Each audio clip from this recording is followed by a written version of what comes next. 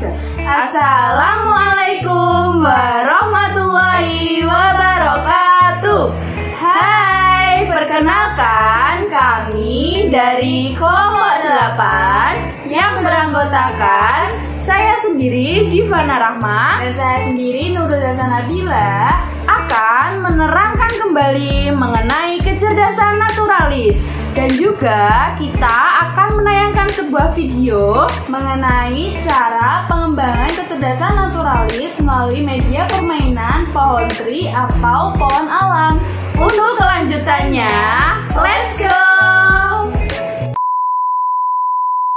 Berikut isi materi yang akan kami sampaikan. Nah, yang pertama di sini kita akan membahas mengenai pengertian kecerdasan naturalis. Apa dan bagaimana kecerdasan naturalis itu? Kecerdasan naturalis adalah salah satu dari banyaknya jenis kecerdasan yang ada dalam teori kecerdasan multiple intelijensi yang dikemukakan oleh Howard Gardner. Kecerdasan naturalis adalah kemampuan untuk mengidentifikasi, mengamati, mengategorikan, dan memahami unsur-unsur alam.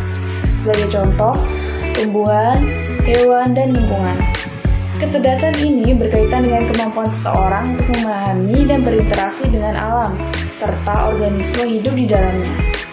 Anak dengan kecerdasan ini cenderung tertarik untuk memelihara, mengeksplor, dan belajar tentang lingkungan. Mereka juga tergolong sangat peka terhadap di lingkungan sekitar, bahkan yang paling halus sekalipun. Materi yang selanjutnya yaitu ciri-ciri kecerdasan naturalis. Yang pertama yaitu menyukai alam. Salah satu ciri-ciri anak dengan kecerdasan naturalis adalah mereka yang menyukai alam. Hal ini bisa terlihat dari cara mereka berinteraksi dengan alam, mulai dari lewat buku, media, atau kegiatan di luar ruangan. Yang kedua, yaitu kemampuan observasi yang tajam. Anak dengan jenis kecerdasan ini juga memiliki keterampilan observasi yang mumpuni. Pasalnya, mereka lebih peka terhadap alam dan sering memiliki ingatan yang tajam untuk detail dan terampil dalam memperhatikan pola. Yang ketiga, yaitu bersemangat memahami cara kerja sesuatu. Mengingat alam adalah hal yang konsep, kecerdasan naturalis membutuhkan observasi dan eksplorasi. Ciri-ciri ini akan terlihat pada anak dengan kecerdasan naturalis. Bagaimana tidak, mereka akan tertarik untuk mencari tahu bagaimana alam bekerja seperti tumbuhan, hewan, dan ekosistem.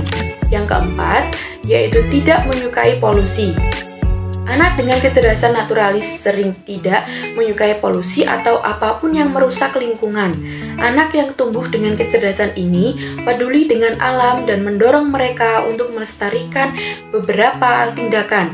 Sebut saja mengurangi penggunaan plastik dan mengurangi limbah makanan. Bila perlu, anak memiliki karir yang memungkinkan mereka untuk peduli terhadap lingkungan. Dan yang kelima, yaitu ahli memilah informasi.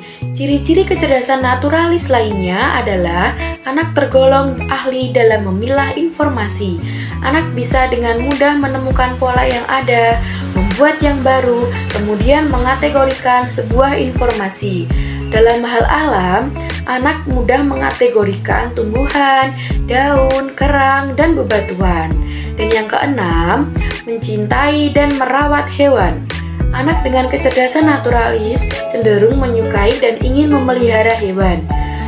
Mungkin akan melihat anak senang dan mengadopsi hewan peliharaan atau bekerja yang memungkinkan untuk merawat hewan. Dan yang terakhir, yang ketujuh, menyukai karir yang berhubungan dengan alam. Seperti yang Anda ketahui, anak dengan jenis kecerdasan ini cenderung menyukai karir yang berhubungan dengan alam. Sebelum hal tersebut terwujud, Anda akan melihat anak tertarik pada ilmu tentang tumbuhan, zoologi, atau biologi kelautan. Selanjutnya, kita akan membahas mengenai cara mengembangkan kecerdasan naturalis. Yang pertama, yaitu mengajak anak berjalan di alam. Berjalan di alam memberikan kontribusi besar dalam mengembangkan kecerdasan naturalis pada anak usia dini. Saat berinteraksi langsung dengan elemen alam, anak bisa belajar berbagai warna, tekstur, hingga perilaku makhluk hidup. Ini membantu mereka mengenali perbedaan dan kesamaan di antara berbagai jenis hewan dan binatang ataupun dengan tumbuhan. Hal ini juga bisa merangsang rasa ingin tahu anak usia dini. Yang kedua yaitu merawat hewan. Ajak anak untuk merawat hewan agar mereka bisa berinteraksi dengan makhluk hidup. Dengan begini dapat membantu anak mengamati secara dekat langsung kehidupan dan pola perilaku serta makanan hewan. Hal ini juga membantu menumbuhkan rasa ingin tahu anak pada hewan-hewan dan rasa empati anak. Yang ketiga yaitu mengajak anak liburan ke kebun binatang ataupun akuarium. Kita juga bisa mengajak anak ke kebun binatang atau akuarium untuk mempelajari berbagai jenis hewan secara langsung. Interaksi langsung dengan binatang membantu anak mengamati karakter fisik dan habitat hewan. Ini merangsang rasa ingin tahu anak dan pemahaman hewani anak. Ini juga memberi anak pengalaman baru mengenai perilaku dan pola makan, hidup, dan ekosistemnya. Yang terakhir yaitu mencoba berkebun bersama anak. Contoh aktivitas lain yang bisa dilakukan untuk membangun kecerdasan naturalis adalah berkebun. Aktivitas ini mengajak anak terjun langsung dalam lingkungan dan berinteraksi dengan tanaman. Hal ini dapat membantu anak mengetahui perubahan dan pertumbuhan tanaman.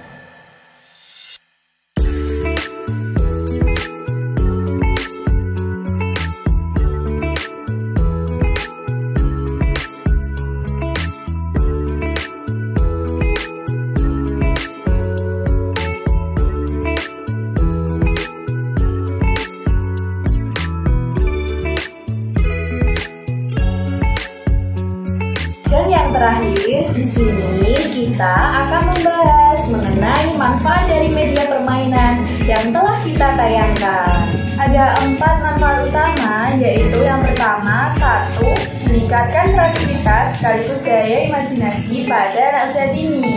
Dan yang kedua, anak dapat berinteraksi lebih banyak dengan lingkungan sekitar selama berada di alam terbuka. Yang ketiga, yaitu mentadaburi atau maknai alam sebagai ciptaan Allah SWT. Dan yang terakhir, anak dapat menstimulasi panca indera. Nah, itu saja penjelasan dari kelompok 8. Sekian dari kami. Wassalamualaikum warahmatullahi